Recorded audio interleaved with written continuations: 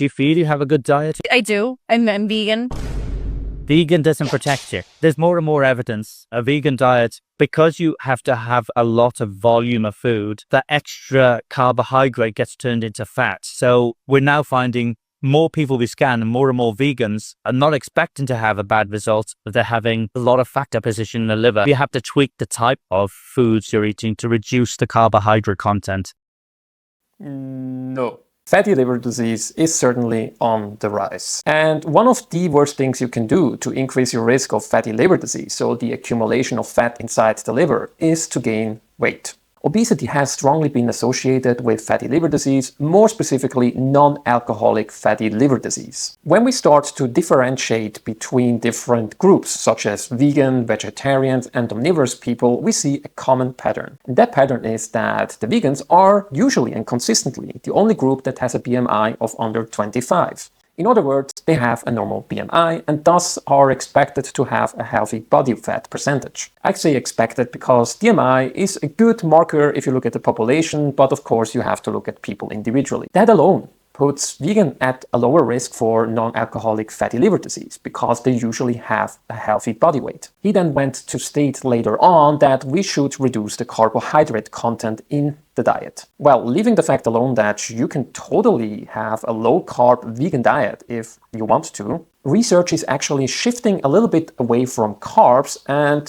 focusing more on the types of different fats when it comes to fatty liver disease. Researchers used to believe for a really long time that fructose is one of the main culprits and can actually accelerate fat accumulation inside the liver. That, however, has changed a little bit. Let's have a look at the totality of evidence and what truly can accelerate the fat accumulation inside the liver. The first study that we're going to highlight is a study by Sobre Cases. Totally butchered your name, I'm sorry. Released in 2010. This study included a total of 30 healthy males and grouped them as follows. 12 participants were put in the high fructose group, 10 participants were put in the high fat group, and 8 participants were put in the combined high fructose and high fat group. The age range was roughly around 24 years old, and they all had a normal, healthy BMI, and their overall health status was healthy with a healthy BMI. The duration of the study lasted 7 days for the high fructose diet and 4 days for the high fat and the combined diet. They put participants on an isocaloric diet and an hypercaloric diet. Isocaloric means calorie maintenance diet. So in other words, participants were neither gaining nor losing weight.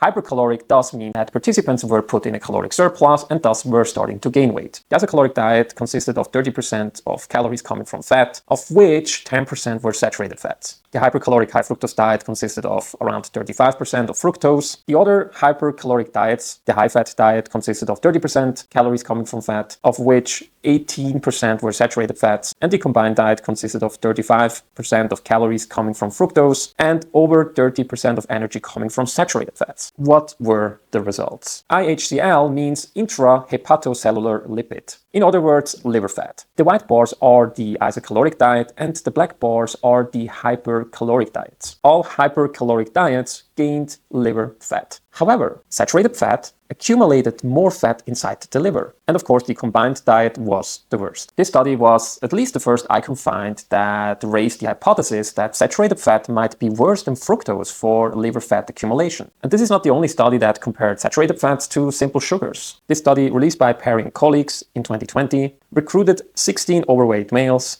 And the type of study was a randomized crossover trial, meaning each participant had to undergo all the interventions. The mean age was around 48 years old. The health status was overweight males with a BMI between 25 to 30, free from metabolic diseases, non-smokers, and consuming alcohol within the recommendation limits. The duration of the study was 2 4-week dietary interventions, separated by a 7-week washout period. So participants were allowed to go back to their habitual eating patterns and lifestyles during those 7 weeks. Saturated fats were compared to free sugars in an isocaloric setting. And here are the results. Saturated fats in an isocaloric setting increased liver fat accumulation. The sugars also raised liver fat, but not as significant as saturated fats. This was a really interesting finding. The following trial that we will get a look at tried to compare unsaturated fats versus saturated fats versus simple carbs, aka sugars. This study, released by Luke Conan colleagues in 2018. They recruited a total of 38 overweight adults and put them on a hypercaloric diet. Participants were around 48 years old, had a BMI of 31, but they were free from diabetes, liver disease, and other risk factors. The duration of the study lasted for 3 weeks, with them having to consume more than 1,000 calories in surplus per day. Saturated fats in this trial were compared to unsaturated fats and simple sugars. What were the results? You can see here how much fat these participants accumulated by consuming 1,000 calories above calorie maintenance in just 3 weeks. Saturated fats clearly accumulated the most fat inside the liver, while unsaturated fat caused the least amount of liver fat accumulation. And noteworthy was also that the simple carbs, so the sugars, accumulated roughly half of the liver fat compared to saturated fats. And I believe one of the best reviews of the totality of evidence, which included studies that we did not highlight in this video, is the following review paper by Jiki Järvinen and colleagues. And I would specifically like to highlight a graph that showed the liver fat accumulation between the different types of fats and sugar. Your eyes should focus specifically on the green bars. The light green bars are the diets high in polyunsaturated fats, and the dark green bars are the diets high in saturated fats. Looking at all the evidence, even when people were eating a calorie maintenance diet, they accumulated fat inside the liver. The same can be seen when we put people on a caloric surplus. Unsaturated fats, more specifically polyunsaturated fats, seem to have a mitigating effect, while diets high in saturated fats had the most detrimental effect